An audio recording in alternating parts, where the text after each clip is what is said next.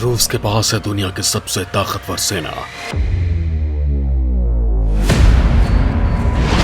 कभी सोवियत युग के थे हथियार,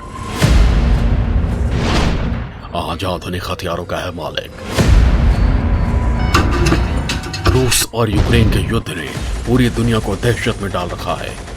दोनों देश की सेनाओं की ओर से लगातार हमले किए जा रहे हैं। कोई सेना झुकने को तैयार नहीं है।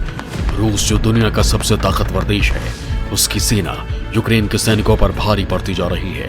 युद्ध को लेकर जहां तीसरे विश्व युद्ध की आशंका सबको डरा रही है, वहीं दोनों देशों की सेनाओं की ताकत को लेकर भी चर्चा की जा रही है। हालात के अनुसार दोनों देशों की सेनाएं पूरी शक्ति के साथ एक दूसरे का सामना कर रही हैं, लेकिन अगर संगठनात्मक दृष्टि से बात करें तो रूस की सेना विश्व की सबसे शक्तिशाली सेनाओं में अग्रणी है। वहीं यूक्रेन की सेना रूस के आगे कुछ भी नहीं है। यूक्रेन सेना की दृष्टि से 22वें स्थान पर आता है, वहीं रूस दूसरे स्थान पर विराजमान है। रूस जो हर क्षेत्र में अपना दम रखता है, वहीं सैन्य ताकत में भी वो किसी से कम नहीं है।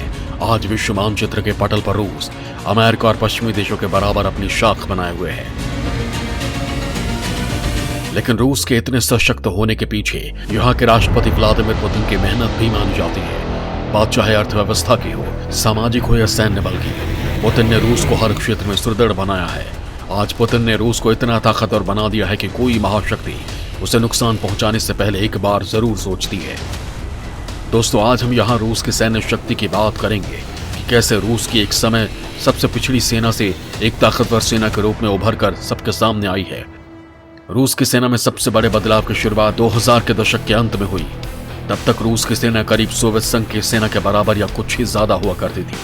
2000 में जब पुतिन पहली बार राष्ट्रपति बने, तब तक सोवियत संघ का पतन हो चुका था। रूस के हालात बहुत खराब थे। अर्थव्यवस्था पूरी तरह से डगमगाई हुई थी। चारों तरफ भ्रष्टाचार फैला हुआ था। इस कारण वो अपने जीडीपी का बड़ा हिस्सा सैन्य ताकत पर खर्च नहीं कर पा रहे थे। तब कहा जाता है कि रूसी सेना अमेरिका से काफी पीछे थी। उसकी तकनीक आधुनिक युद्ध और समय के अनुकूल भी नहीं थी। बताया जाता है कि उस वक्त रूस की सैन्य संरचना सोवियत युग के समय की थी। वही पुतिन ने रूस को उभारने के लिए पूरा जोर लगा दिया। रूस की आर्थिक स्थिति में जान आ गई। 2000 से लेकर 2008 तक रूस की जीडीपी में तेजी से उछाल आया। इसके साथ ही रूसी सेना में बहुत से बदलाव आए और उसने खुद को तकनीकी रूप से उन्नत किया और विश्व की महाशक्तियों के बराबर खड़ी हुई। 20 सालों में उसकी ताकत इतनी बढ़ी कि वो दुनिया की सबसे बड़ी सैन्य ताकतों में शामिल हो गई। लेकिन इसके पीछे पुतिन की शासन प्रणाली के साथ साथ जनता का सहयोग भी रहा। रूस जब आर्थिक दृष्टि से खुद को सक्षम बनाने की कोशिश कर रहा था, ऐसे में उसने सेना पर ध्यान दिया। रूस ने कम खर्च पर बेहतर सेना तैयार करने के लिए एक रणनीति बनाई। उसने सैन्य भर्ती में ही व्यापक बदलाव किया। इसने भर्ती का समय 1 साल कर दिया। साथ ही उसने आम जनता को कुछ शर्तों के साथ सैन्य प्रशिक्षण जरूरी कर दिया। इससे उसे अलग अलग सैन्य टुकड़ियां बनाने में मदद मिली, जिसमें स्थायी और अस्थायी स्तर पर सेना भर्ती की गई। यह रणनीति सैन्य ताकत बनाने में काम कर गई और रूस का सैन्य प्रशिक्षण पर खर्च काफी कम हो गया। साथ ही उसकी सेना भी मजबूत हो गई। रूस ने सैन्य ताकत को मजबूत करने के लिए जहां पहला कदम तो उठा लिया, लेकिन वो अभी दूसरे शक्तिशाली देशों से पीछे थी, जिसका कारण था तकनीकी। रूस की सेना को अब सबसे बड़ा बदलाव तकनीकी के रूप में खुद को उन्नत करना था। 2000 के दशक के युद्ध और संघर्षों से साफ हो जाता है कि रूसी सेना के हथियार और उपकरण काफी पिछड़े हुए हैं। यहाँ तक कि वो जॉर्जिया जैसे छोटे से देश से भी पिछड़े हुए थे। रूसी सेना के पास 20 साल से भी ज्यादा पुराने सोवियत हथियार थे। अब रूस ने तकनीकी पर ध्यान दिया और साल 2014-15 में शक्तिशाली सैटेलाइट चैनल स्थापित किए। जमीन, हवा, पानी और अंतरिक्ष में निगरानी तंत्र स्थापित करना शुरू किया गया, जो कॉम्बैट कंट्रोल चैनल्स के जरिए सीधे जानकारी भेज सकता था। इससे हमले करने वाले विभिन्न तंत्र को लक्ष्य को वास्तविक समय में भेद पाने की क्षमता विकसित हो गई। इसके साथ ही रूस ने अपनी सेना को आधुनिक हथियार वाहन और कॉम्बैट विमानों की आपूर्ति करना शुरू कर दिया। जमीनी सैन्य टुकड़ियों को बड़े पैमाने पर T-80 टैंक दिए गए, जिसमें सक्रिय रक्षा तंत्र, BMP-3 इन्फेंट्री लड़ाकू वाहन और BTR-80 शामिल थे। इसके अलावा सोवियत युग के हथियारों और उपकरणों की उम्र को बढ़ाने के साथ आधुनिक क्षमताओं को भी उन्नत किया गया। इसके अलावा जमीन और हवा में ताकत बढ़ाने के लिए इलेक्ट्रॉनिक वॉरफेयर सिस्टम, नई कालिब्र क्रूज मिसाइल, हाइपरसोनिक आयुध आदि भी शामिल थे। रूसी सेना के आधुनिकीकरण का प्रदर्शन साल 2015 में सीरिया में दिखाई दिया।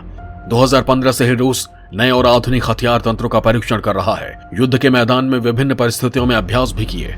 ये कहना गलत नहीं होगा कि पिछले 20 सालों में रूस ने अपनी सेना को आधुनिक बनाने में कोई कसर नहीं छोड़ी है। इस बात को उसके विरोधी नजरअंदाज भी नहीं कर सकते। रूस के पास इस समय 4477 परमाणु हथियार हैं।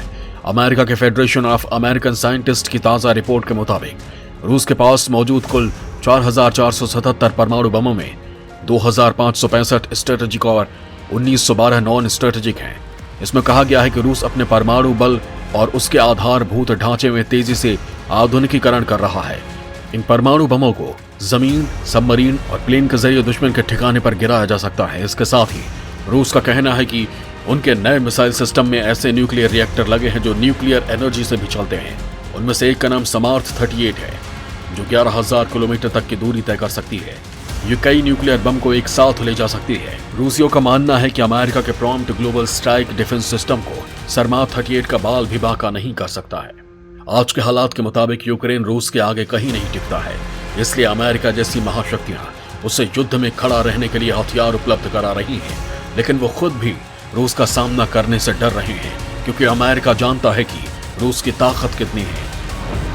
एक वक्त था जब वो सैन्य और हथियारों के मामले में अमेरिका से काफी पीछे था, लेकिन अब वक्त बदल चुका है। रूस की ताकत की कोई गणना नहीं है। यही कारण है कि आज रूस पूरी दुनिया को तबाह करने की क्षमता रखता है और इसे कोई कुछ भी कहने की हिम्मत नहीं रखता।